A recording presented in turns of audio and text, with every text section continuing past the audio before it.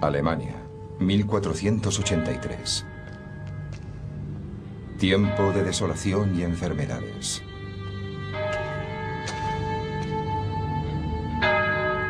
Por aquel entonces, la peste podía exterminar ciudades enteras en apenas unos días. Y una cuarta parte de todos los niños moría antes de cumplir los 5 años.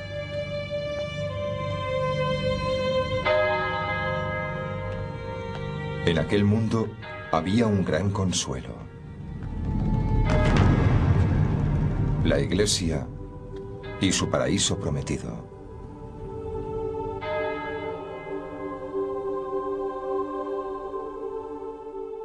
Aquella promesa había convertido a la Iglesia en la institución más poderosa de la tierra. Rica como nadie, más poderosa que la realeza, pero también corrupta y tiránica. Un imperio que habría de derrocar un solo hombre: Martín Lutero.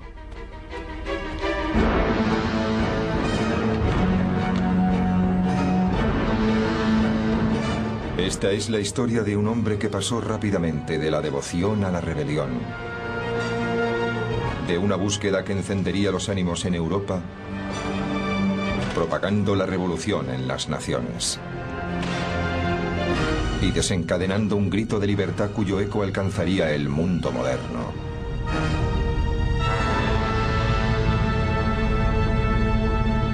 Martín Lutero. Camino al desafío.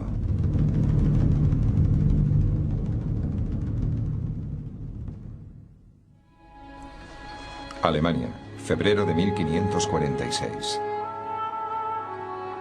Martín Lutero viaja de Wittenberg a Eisleben. El otrora hombre más famoso de Europa se acerca al fin de sus días. Este será su último viaje.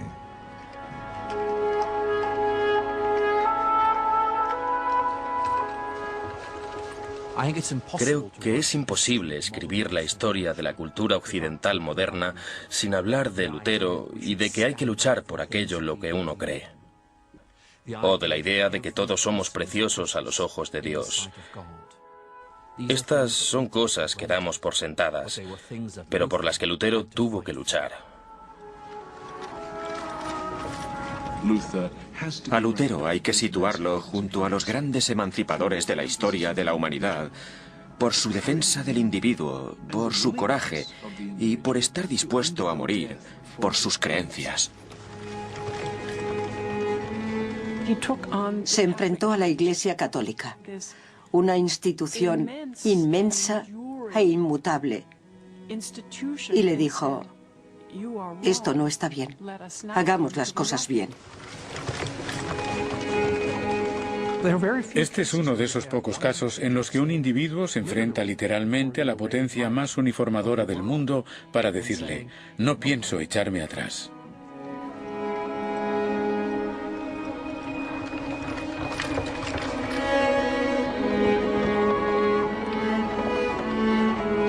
Seguro que no ha habido nadie en 1000 años a quien el mundo haya odiado tanto como a mí.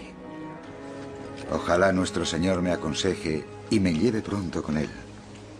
Con gusto alargaría el cuello para que sobre él cayese toda la furia de un trueno y me derribase. Amén.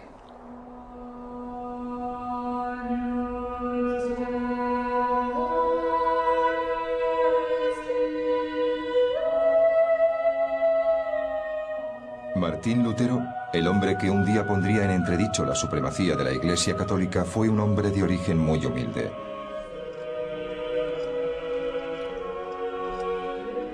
Creció en una pequeña ciudad llamada Eisleben, en el norte de Alemania.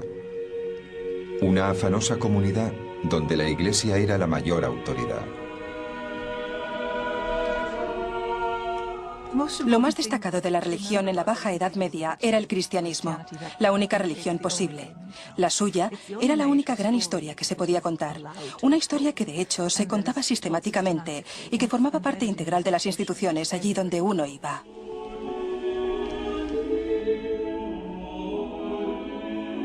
Cuando Lutero era un niño, la Iglesia era el centro de su mundo.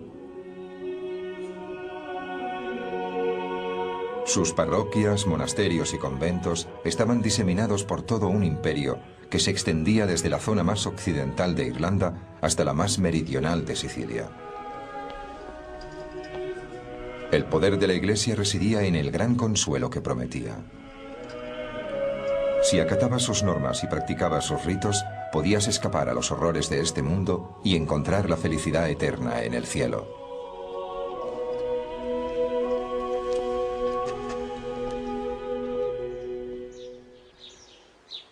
Pero la Iglesia ejercía tanto control sobre la vida en la tierra como en el cielo.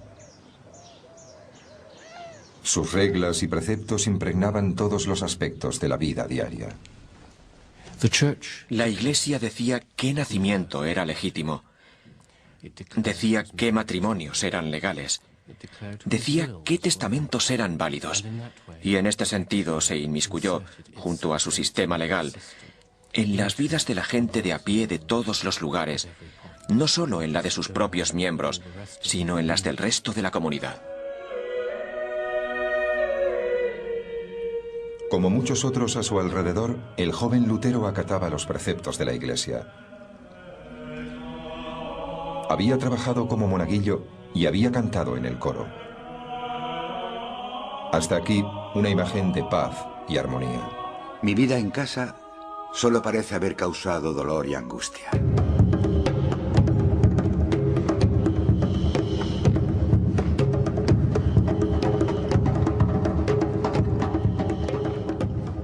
El padre de Lutero, Hans, era fundidor de cobre, uno de aquellos nuevos y prósperos hombres de negocios que se habían librado del yugo del antiguo sistema feudal para montar su propio negocio.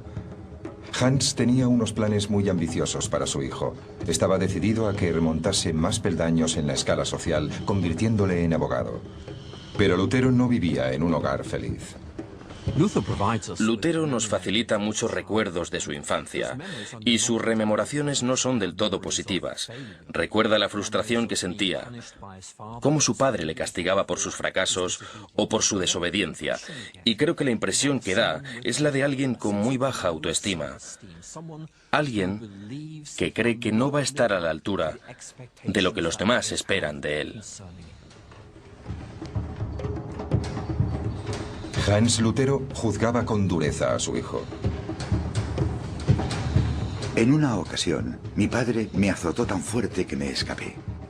Le odié hasta que finalmente logró recuperar mi afecto. Y por lo visto, la madre de Lutero no era mucho más comprensiva. Una vez mi madre me golpeó hasta hacerme sangrar por haber robado una nuez. El miedo al castigo y al fracaso marcaría a Lutero para el resto de sus días. Sin embargo, eso no le empujó a satisfacer las ambiciones de su padre, sino a una espectacular rebeldía.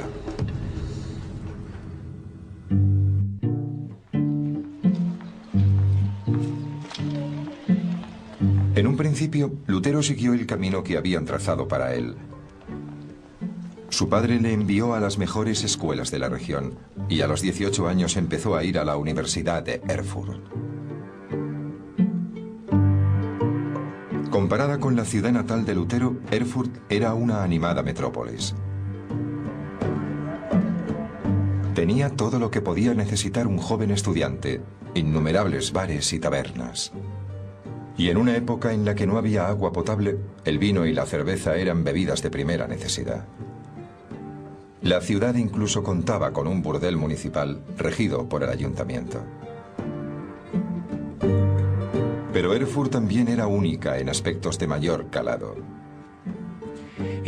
No era un gran centro industrial ni político, pero sí era un gran centro eclesiástico, y en él abundaban las actividades de la Iglesia.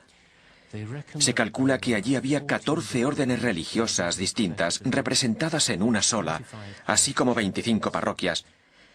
De hecho, por aquel entonces se decía que Erfurt era la Roma de Turingia, la Roma de aquella región de Sajonia, debido a la alta concentración de talentos eclesiásticos.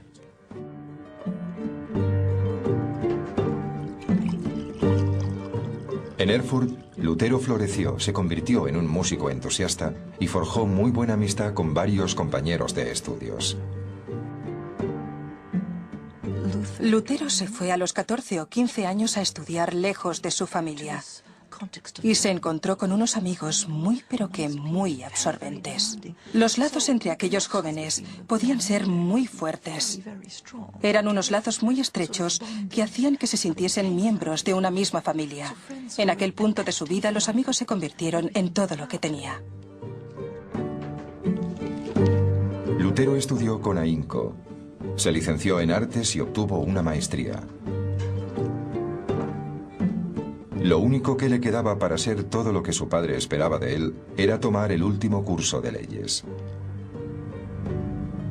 Pero de pronto, todas las convicciones en la vida de Lutero se vinieron abajo. En el año 1505, la peste azotó a Erfurt.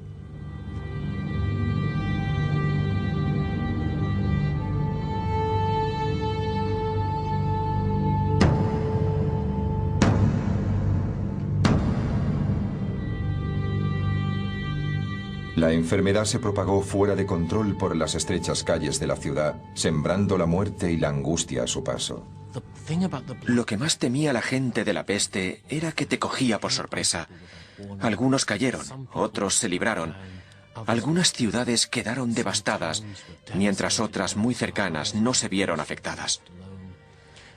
Era algo inexplicable. Por aquel entonces nadie sabía cómo se contraía, nadie sabía por qué se contraía. Lo único que había era una sensación generalizada de que Dios les estaba castigando por sus pecados. Era una terrible y visible muestra de castigo.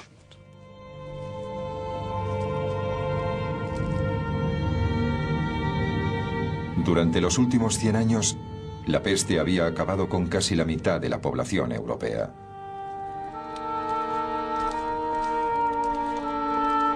Pero la epidemia atacaba ahora a Lutero directamente. 3 de sus amigos murieron víctimas de la enfermedad. Y aquella visión de la mortalidad del hombre y el miedo a la ira de Dios traería consigo el primer cambio radical en la vida de Lutero.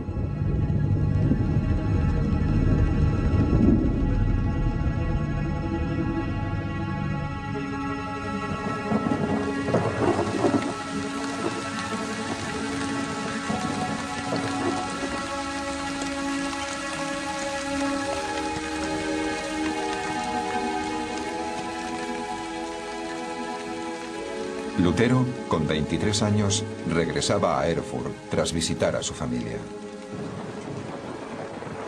Cuando de pronto se vio atrapado en una espectacular tormenta eléctrica.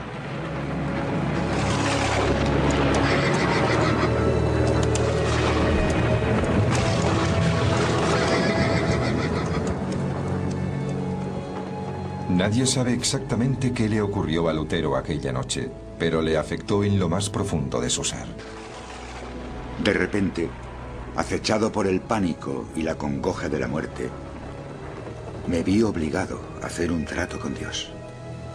Ya había perdido a 3 amigos por culpa de la peste y ahora se enfrentaba él mismo a la muerte, de manera que Lutero llegó a un acuerdo con Dios. Si sobrevivía, se haría monje. La cercana experiencia de la muerte te lleva a pensar en qué estado está tu alma, cuál es el balance. Estoy hablando casi de una especie de contabilidad espiritual. Uno se pregunta, ¿en qué estado estoy? ¿Cuál es el balance de mi vida?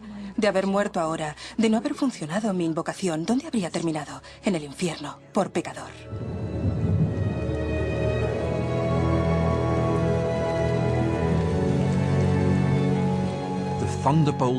Aquel rayo le señaló 2 caminos. Podía coger el camino que su padre quería que cogiera, o podía coger el camino que, en sus propias e inconscientes cavilaciones, él mismo empezaba a creer que debía tomar.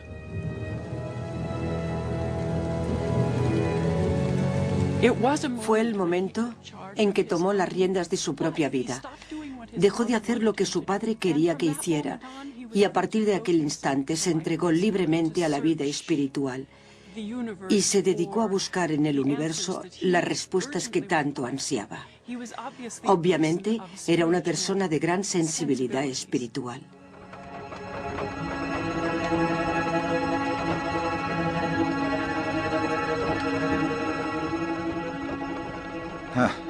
Cómo se enfureció mi padre al averiguar que su hijo no iba a convertirse en abogado. Perdió la razón, se comportó como un loco. ¿Cómo se iba a imaginar él que el hecho de tener un monje en la familia le iba a suponer más prestigio y vergüenza que 1000 abogados vestidos de armiño?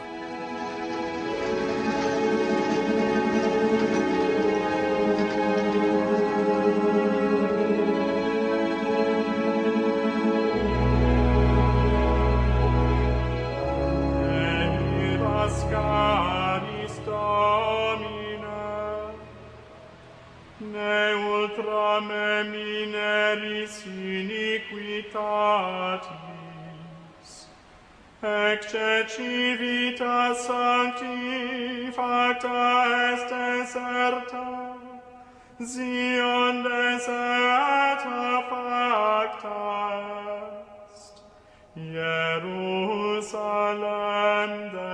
desolata est. Los monasterios y conventos de Europa eran una sociedad en sí mismos. Ofrecían a los fieles una vida dedicada a la plegaria, la meditación y la búsqueda de la salvación.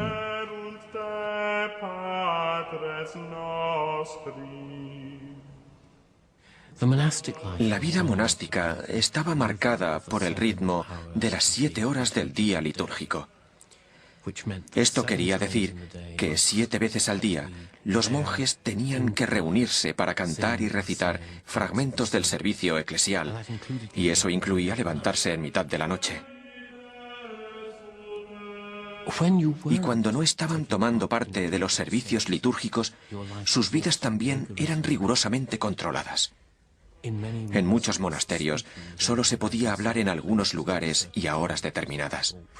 No había ninguna privacidad y sus comidas eran muy sencillas.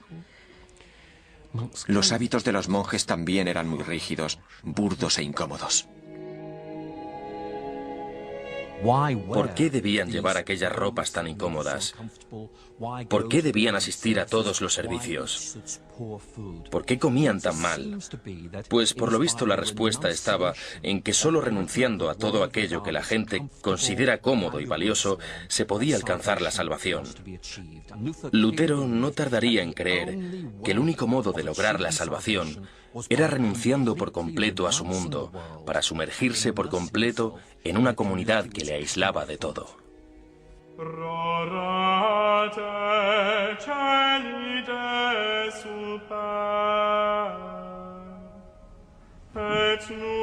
Dos semanas después de aquella noche en el bosque, Lutero se unió a una de las órdenes monásticas más severas de Alemania, los monjes agustinos de la estricta observancia. Se cortó el pelo, se vistió con la túnica blanca de los monjes novicios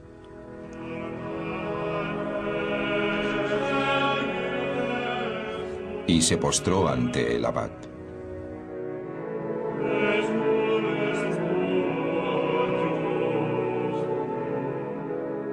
Acababa de ingresar en el mismísimo seno de la Iglesia Católica.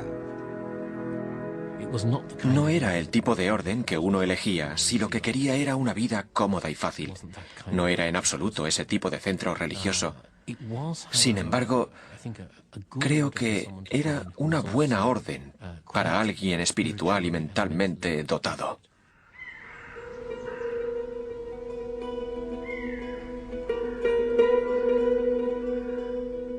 Pero el nuevo hogar de Lutero tenía tanto de negocio como de retiro espiritual. El abad dirigía un próspero negocio de tintado de prendas. Los monjes tenían una destilería donde preparaban una cerveza bastante popular. Y encima, el monasterio era propietario de toda una serie de tierras en el vecindario, cuyas rentas y diezmos le proporcionaban unos ingresos sustanciosos. Todo esto quedaba minuciosamente registrado en los dilatados libros de cuentas del monasterio.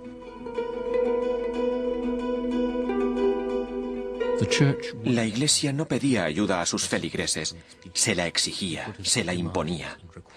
Tenía derecho para recaudar el diezmo, que no era precisamente una contribución voluntaria, sino un tipo de impuesto que estabas obligado a pagar si no querías que te llevaran a juicio. Además, todo el mundo accedía a su pago, porque les habían inculcado desde su más tierna infancia que si no contaban con los servicios de la Iglesia, sus almas correrían un grave peligro.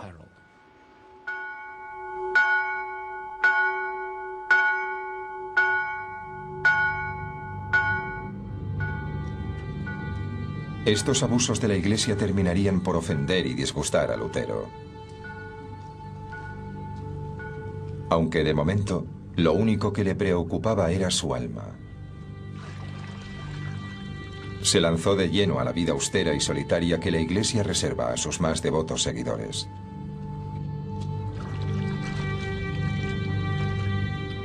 No tardó en pasar del hábito blanco de los novicios al negro de los monjes consumados.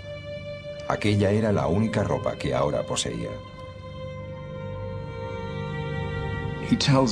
No estaba allí para divertirse o para burlarse de la institución, ni tampoco para pasar el rato. Aquella vida suponía, por citar algunos ejemplos, suponía ayuno recurrente, realmente suponía una negación constante de todo lo físico. La estricta rutina de estudio y plegaria de los monjes iba acompañada de un régimen de persecución de lo carnal. Alentaban a los iniciados a dormir sin sábanas ni mantas e incluso a fustigarse.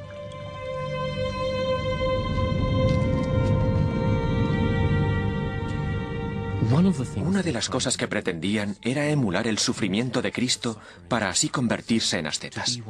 Creían que al dominar sus deseos carnales, al dejar de necesitar la comida, la compañía sexual y las comodidades de la vida, se estaban identificando con Cristo.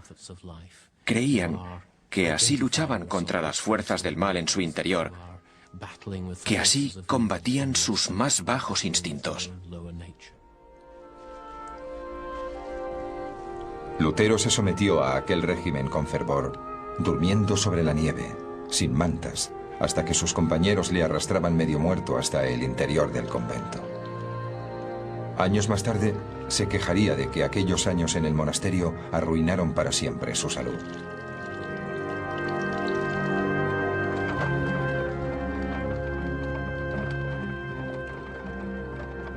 Si alguna vez un monje mereció ganarse el cielo por su devoción, ese fui yo. De haber seguido un tiempo más con aquella vida, me habría matado con vigilias, las plegarias, las lecturas y demás trabajos. Todo lo que Lutero hizo a lo largo de su vida lo hizo a conciencia. Lutero lo hacía todo al 100%, al 110%.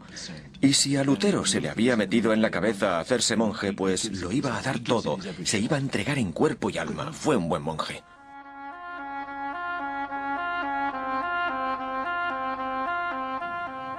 Pero la devoción de Lutero excedió con creces las expectativas de los demás monjes. Cada vez le preocupaba más no complacer nunca a Dios, no llegar nunca a ganarse el cielo. El hecho de haber cambiado a un padre implacable por otro aún más difícil de complacer. Lutero hablaba claramente de su sentimiento cada vez mayor de impotencia. Creía que nunca lograría salvarse.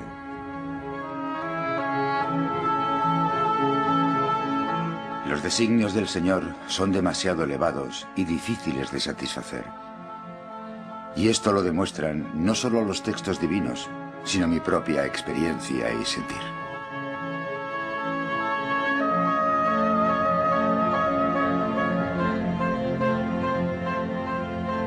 Cuanto mayor era su desesperación, más se volcaba Lutero en los rituales de la Iglesia. Lutero se diferenciaba de otros monjes en que realmente le preocupaba reconciliarse con el Padre Celestial y hacer todo aquello que Dios esperaba de él. Podemos ver su búsqueda, su agonía, su profunda gravedad. Solo quedaba confiar en que encontrase el camino. De lo contrario, iba a llevar una existencia muy tormentosa.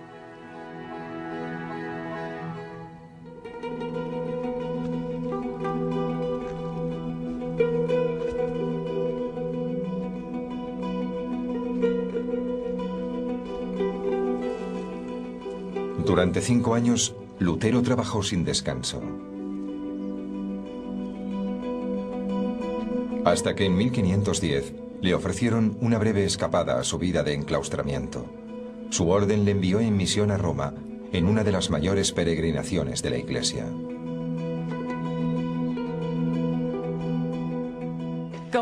El viaje a Roma era una peregrinación muy especial, ya que era la capital de la Iglesia Católica Romana y desde una perspectiva occidental, la capital del cristianismo.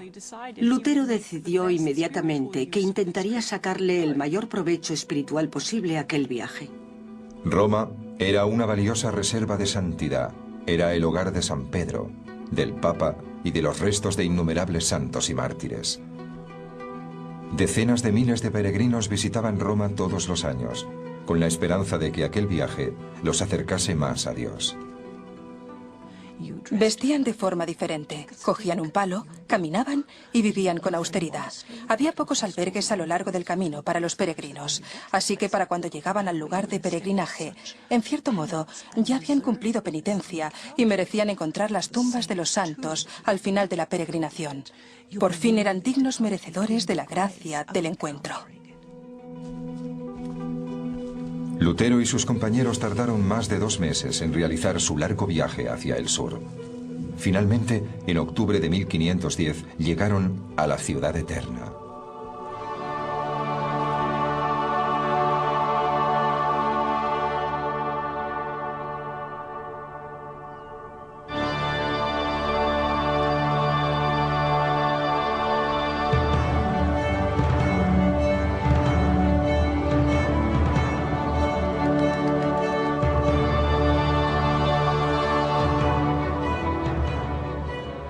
Lutero llegó a Roma cuando el Renacimiento se encontraba en su mayor apogeo. Miguel Ángel estaba pintando los techos de la Capilla Sixtina. Rafael estaba volcado en la decoración de las dependencias privadas del Papa. Para el joven monje, aquella ciudad fue toda una revelación. Lutero era un chico del norte, muy provinciano. Para entonces, había vivido solamente en 3 ciudades durante toda su vida, así que no había visto gran cosa, y llegar allí y ver los séquitos de los cardenales, los grandes palacios, y encontrar un clima completamente distinto, comidas distintas, olores distintos, debió de extrañarle enormemente.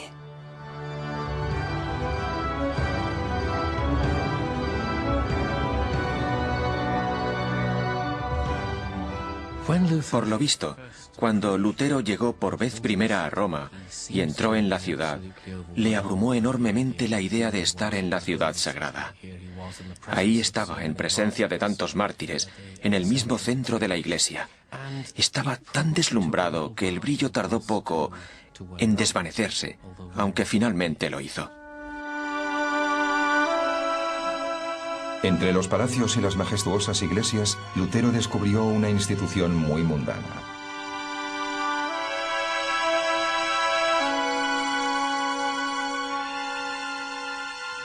Aquella ciudad daba tanta importancia al dinero como a la religión.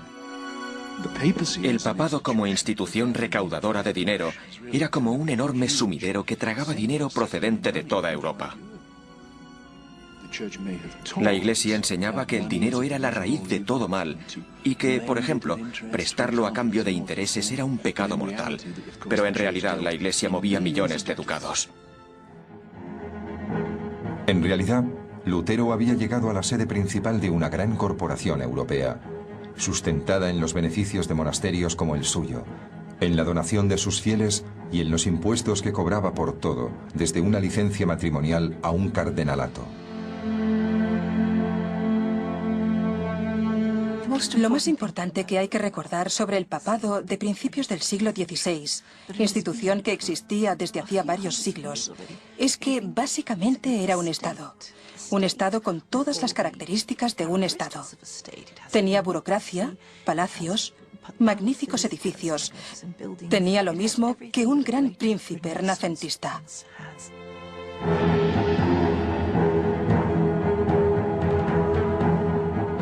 El papado incluso ostentaba poder militar.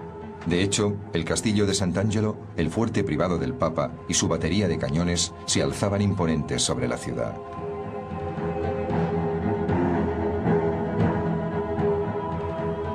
No obstante, el Papa Julio II rara vez estaba ahí. Prefería pasar el tiempo haciendo campaña por Europa, a la cabeza del ejército papal. Los hombres que llegaban a lo más alto de la Iglesia solían ser duros hombres de negocios. Y la necesidad de contar con aquella especie de directores y políticos tan poderosos explica por qué Roma era un lugar espiritual lleno de gente tan poco espiritual. En Roma, Lutero descubrió un cinismo que le afectó profundamente.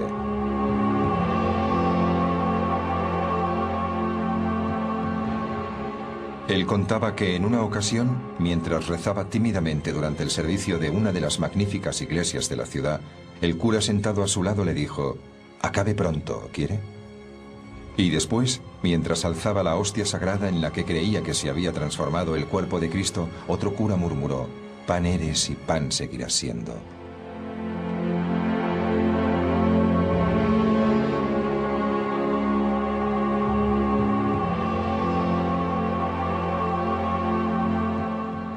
Creo que la decepción que sufrió en Roma debió ser absolutamente devastadora.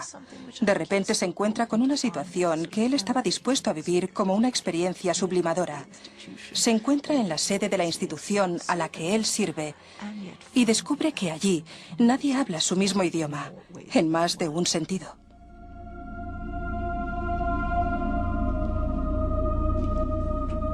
Lutero también descubrió que a la Iglesia le complacía aprovecharse de sus peregrinos.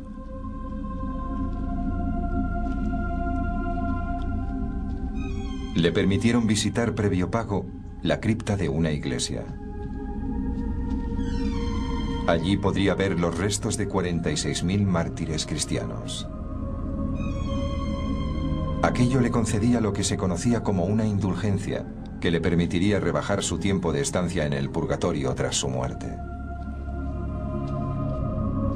El purgatorio era el lugar donde los cristianos expiaban sus culpas, a veces durante miles de años, antes de poder entrar en el cielo. La oportunidad de comprar una reducción del tiempo de estancia en el purgatorio era algo muy tentador para los fieles y muy rentable para la Iglesia.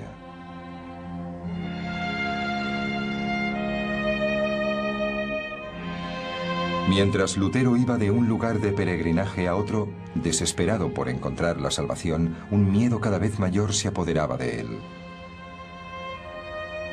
¿De verdad todo aquello podía acercarle a Dios? Finalmente, Lutero entró en crisis y empezó a cuestionar las enseñanzas de la Iglesia, a la que había entregado su vida. ¿Quién sabe si realmente es así?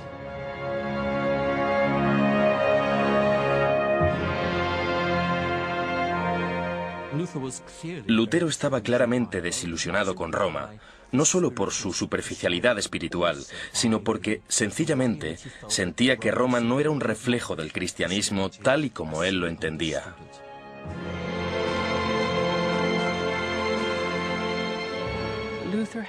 Lutero tenía la sensación de que las respuestas se le escapaban. No tenía la sensación de que Dios le quisiese más. Así que debía encontrar las respuestas en otra parte.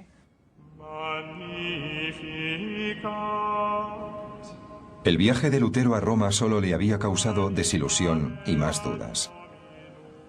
Y ahora, la vida en el monasterio le ofrecía menor consuelo que antes. Desesperado por garantizar su salvación, Lutero se pasaba la vida confesándose. Ponía su alma al desnudo hasta 4 veces al día, a veces durante 6 horas seguidas. El resto del tiempo se lo pasaba cumpliendo penitencia.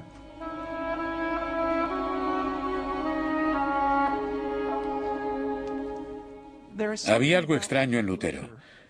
Creía que nunca lo iba a lograr y aún así no dejaba de intentarlo. Se confesaba y conseguía la absolución, y así era como se suponía que la Iglesia debía tratar aquellos asuntos. La mayoría de los monjes se habrían contentado con oír: «Estás perdonado». Pero una vocecilla en su interior le decía: «No lo sientes de verdad». Así que tenía que volverse a confesar una y otra vez para volver a ser absuelto, pero la vocecilla le decía: «No, no lo dices de corazón». Así que la vida monacal fue un infierno para él. Ahí estaba él haciendo lo más importante, lo mejor que podía hacer un hombre según la sociedad, y aún así no se sentía mejor.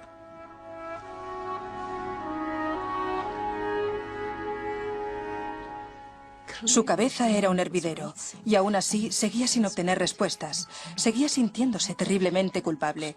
¿Cómo es que la vida monacal ha funcionado para decenas, para cientos de miles de hombres a lo largo de la historia del cristianismo? ¿Cuál es mi problema?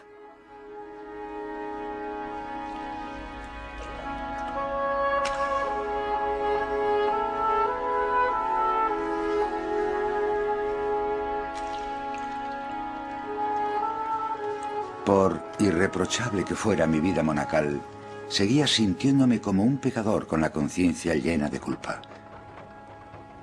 No podía creer que mi trabajo complaciera a Dios. De hecho, odiaba a aquel Dios. Así que me encolerizaba conmigo mismo. Vivía furioso y atormentado.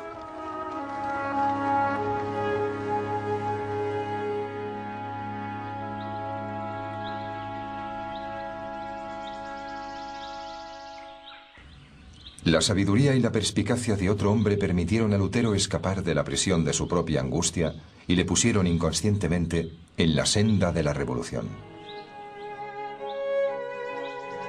En 1511, su orden le envió a un pequeño monasterio en la ciudad de Wittenberg. Comparada con Erfurt, Wittenberg era muy pequeña. En ella apenas había un par de iglesias y una universidad recién fundada.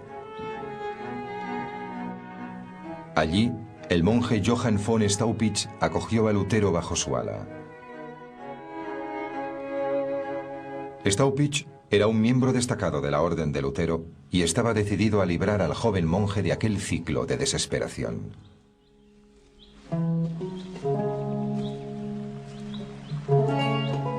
Staupitz informó a Lutero de que había decidido convertirle en profesor de estudios bíblicos de la nueva Universidad de Wittenberg.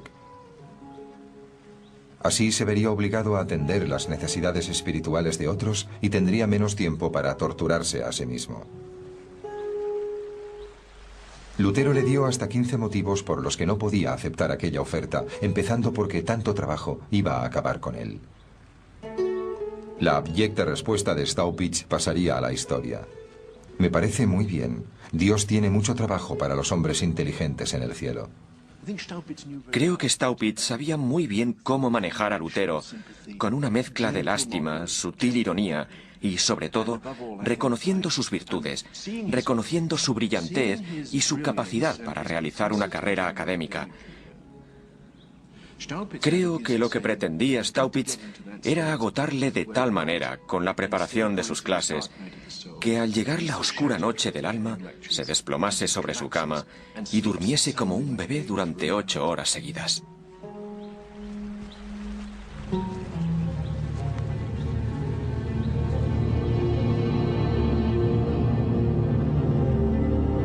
La intuición de Staupitz resultó ser muy certera. Enfrentado a una clase llena de estudiantes a los que explicar la Biblia, Lutero se vio obligado a involucrarse con el mundo y a dejar de fustigarse por sus defectos. Tenía que decir a toda una clase qué era cada cosa. Ya no había tiempo para meditar en su celda, ni para discutir con otros monjes. Ahora tenía que imponer su autoridad.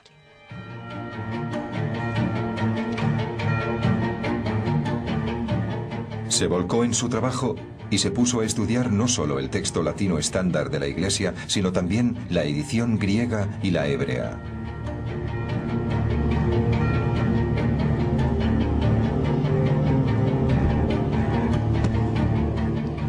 Y mientras reflexionaba, tomaba notas y razonaba sobre su trayectoria a través de su fe, Lutero tuvo una revelación. Una revelación que cuestionaba todo lo que le habían enseñado sobre su Iglesia. Lutero había crecido creyendo que la persona que se salvaba era aquella que luchaba y se esforzaba por salvarse. Ahora empezaba a darse cuenta de que para salvarte solo tenías que extender y abrir tus manos vacías para recibir aquel regalo que Dios quería darte.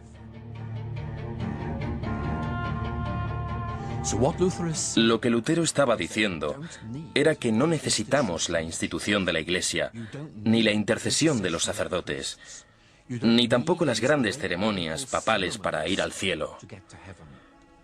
No es un asunto entre el hombre y la Iglesia, sino entre el hombre y Dios.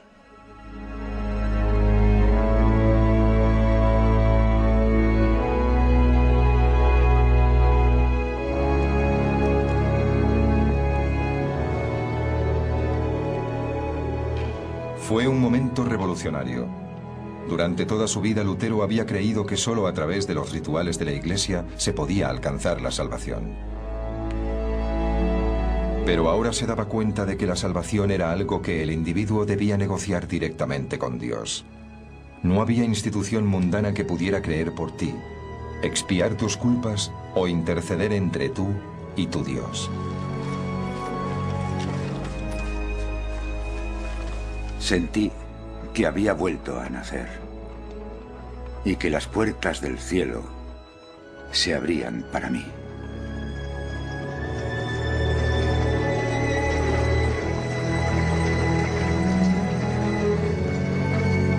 Pero nadie, y aún menos el propio Lutero, podía anticipar la ola de agitación y sublevación que estaba a punto de provocar.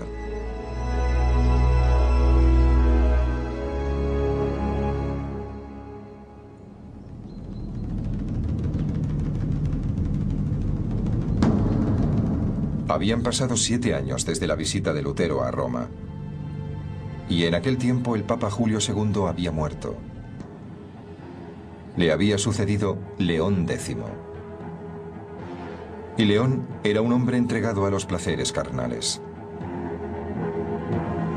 En sus banquetes normalmente había un gran pastel de postre del que salían niños pequeños desnudos.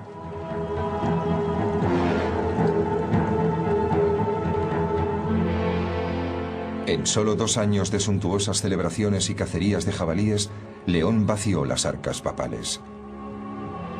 Se vio obligado a detener las obras de la mayor extravagancia de la Iglesia hasta la fecha, la gloriosa Basílica de San Pedro. Es uno de los mayores proyectos de construcción en la historia de Europa y todos los grandes artistas, escultores y arquitectos del Renacimiento italiano, sin excepción, participaron en él. Eso sí, tragó dinero como solo un proyecto de construcción de esta magnitud podía hacerlo. León se mostraba despreocupado. Y para volver a llenar sus arcas, recurrió a uno de los mejores métodos que tenía la Iglesia para recaudar dinero: la venta de indulgencias, o lo que es lo mismo, cobrar a los fieles por entrar en el cielo. Las cartas de indulgencia eran pedazos de papel que vendían por un módico precio que, dicho sea de paso, cambiaba según las posibilidades de cada uno, y que aseguraban al portador el perdón de sus pecados. Las indulgencias de León tenían una serie de ventajas únicas. Se podían comprar no solo para uno mismo, sino también para los parientes muertos. Y encima, perdonaban una serie de pecados inimaginables. Incluso se decía que, de haber sido posible, habrían absuelto a aquellos que hubiesen mantenido relaciones sexuales con la Virgen María. En definitiva, la salvación a cambio de dinero. La cantidad de dinero que se pretendía recolectar con las indulgencias de 1517 era muy grande. Y estoy hablando de decenas de miles de florines. Eso en dinero moderno serían muchos millones.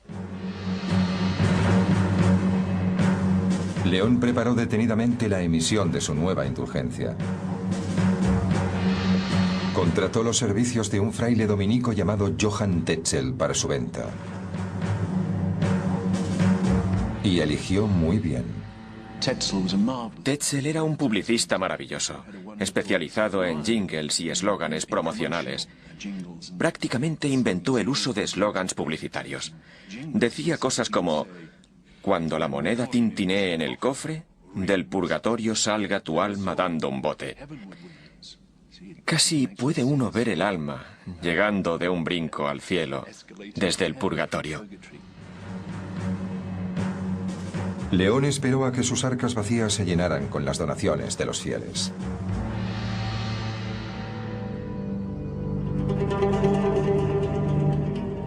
El principal mercado de Tetzel para la venta de indulgencias fue Alemania.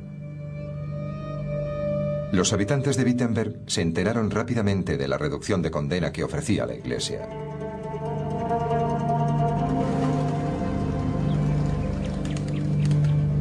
Lutero se encontró con que muchos de sus parroquianos hicieron oídos sordos a sus sermones para salir corriendo a gastar el dinero que tanto les había costado ganar en la mercancía de Tetzel.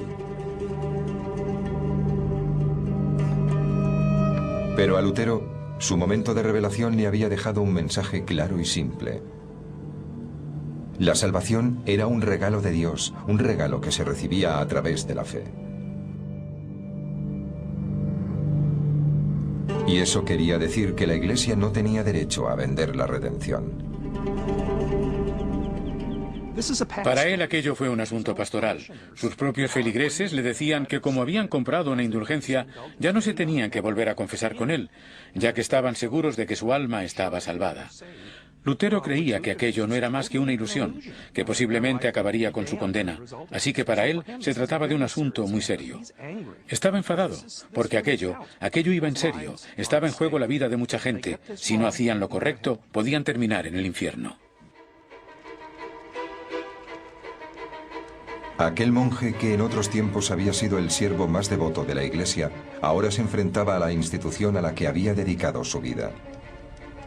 La noche del 31 de octubre de 1517, Lutero se sentó y redactó una larga y vehemente lista de críticas. 95 balas o tesis dirigidas al Papa y a su comercio de indulgencias.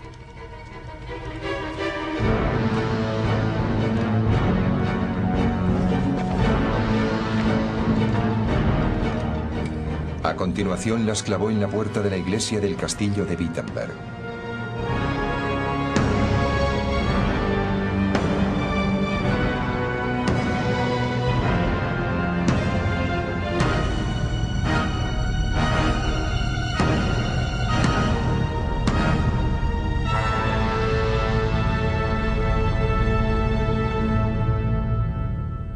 Fue un ataque flagrante al mayor poder del momento. La bendición divina está al alcance de todos sin necesidad del Papa. Las indulgencias son verdaderamente perniciosas, inducen a la autocomplacencia y ponen en peligro la salvación. El Papa es más rico que Creso. Debería vender la Basílica de San Pedro y entregar ese dinero a los pobres. En suma, lo que las 95 tesis dicen es: ¿dónde están los límites del poder papal? Creo que la primera ya planteaba el problema abiertamente, al decir que el camino al arrepentimiento y el perdón era mucho más arduo de lo que pudiesen hacer creer las indulgencias. La cosa no era tan sencilla como decían las indulgencias. Las indulgencias dicen que el perdón tiene precio. Lo que Jesucristo dice, y Lutero le cita, es que el arrepentimiento, que el perdón está en el arrepentimiento. Y eso ya es más difícil. Así que yo creo que realmente estaba cuestionando la autoridad papal.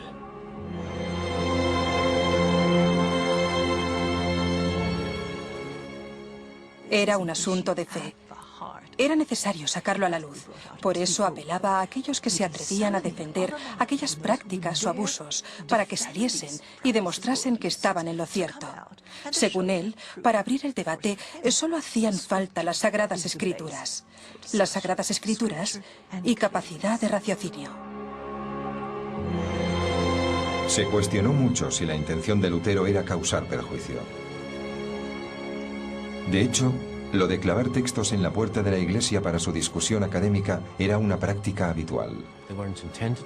Su finalidad no era la publicación. estaban en latín y el lenguaje era en ocasiones técnico y de difícil comprensión. Por otra parte, el estilo de las 95 tesis no era sencillo, y los sentimientos que en ella plasma Lutero son tan intensos y profundos que resulta difícil creer que su único objetivo fuese entablar una conversación privada con un superior de su iglesia. Cuesta no pensar que, al menos, se le pasó por la mente su publicación. Al final, fueron otros los que las publicaron por él. Lutero estaba a punto de convertirse en uno de los autores más vendidos de la historia. Menos de 70 años antes, otro alemán, Gutenberg, había perfeccionado la primera máquina impresora del mundo. Por aquel entonces ya se imprimían muchos libros y panfletos, incluso las indulgencias de León X. Le había llegado el turno a la sincera obra de Lutero de pasar a la imprenta. Sus tesis se extendieron como las llamas por toda Alemania, poniendo a Lutero y a toda Europa en una tesitura impensable. Escondían en su interior la capacidad para deshacer la autoridad del Papa. El propio Papa patrocinaba las indulgencias y sin su aprobación no se podían vender. ¿Con qué derecho un fraile advenedizo las cuestionaba? Lutero no fue capaz de prever la consternación que aquello iba a provocar entre las más altas esferas.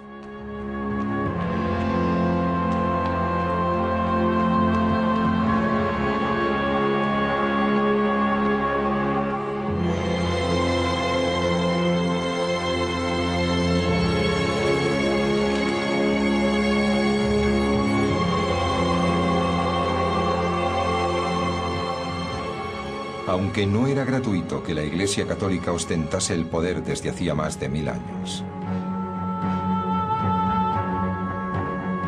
De hecho, tenía un nombre para los hombres como Lutero: herejes. Y la pena por herejía era la muerte.